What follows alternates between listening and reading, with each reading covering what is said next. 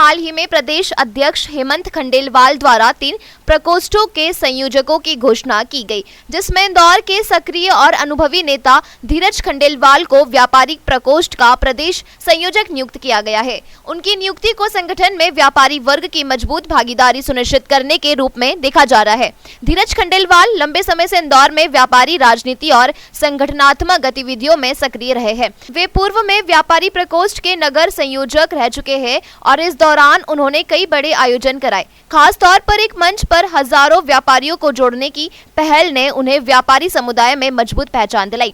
इसके साथ ही वे खंडेलवाल समाज के नगर अध्यक्ष और सियागंज क्षेत्र के अध्यक्ष के रूप में भी सक्रिय भूमिका निभा चुके हैं। नियुक्ति के बाद मीडिया से चर्चा करते हुए धीरज खंडेलवाल ने स्पष्ट किया कि भाजपा में पद व्यक्ति के नाम से नहीं बल्कि उनके कार्य और समर्पण से मिलते हैं। उन्होंने कहा कि पार्टी हर कार्यकर्ता का ध्यान रखती है और समय समय पर उन्हें जिम्मेदारियां देकर आगे बढ़ाने का अवसर देती है। राजनीतिक मुद्दों पर भी उन्होंने बेबाक राय रखी। पश्चिम बंगाल के आगामी विधानसभा चुनाव को लेकर उन्होंने विश्वास जताया कि इस बार वहां भाजपा की सरकार बनेगी। वहीं इंदौर में वंदे मातरम को लेकर हुए विवाद पर उन्होंने कहा कि राष्ट्रीय गीत वंदे मातरम और राष्ट्रगान जन गण मन देश की आत्मा का प्रतीक है। ऐसे में इसका विरोध करना या गाने से इनकार करना संकीर्ण मानसिकता को दर्शाता है। अपने आगामी कार्यों को लेकर उन्होंने बताया कि व्यापारी प्रकोष्ठ केवल व्यापारिक हितों तक सीमित नहीं रहेगा बल्कि युवाओं के लिए रोजगार मेलों का आयोजन, स्वास्थ्य और शिक्षा जैसे सामाजिक सरोकारों पर भी विशेष ध्यान देगा।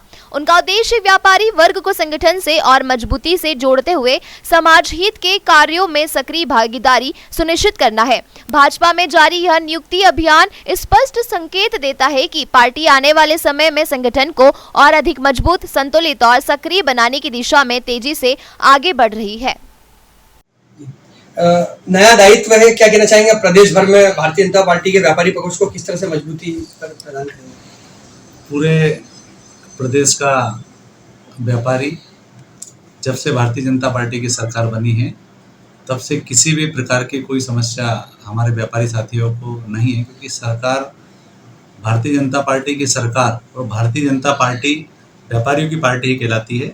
तो व्यापारी हित में भारतीय जनता पार्टी की सरकार काम करती है और जब भी कोई भी व्यापारी की किसी प्रकार की भी कोई समस्या रहेगी तो संगठन के माध्यम से सरकार तक उनकी बात को अवश्य पहुंचेगी।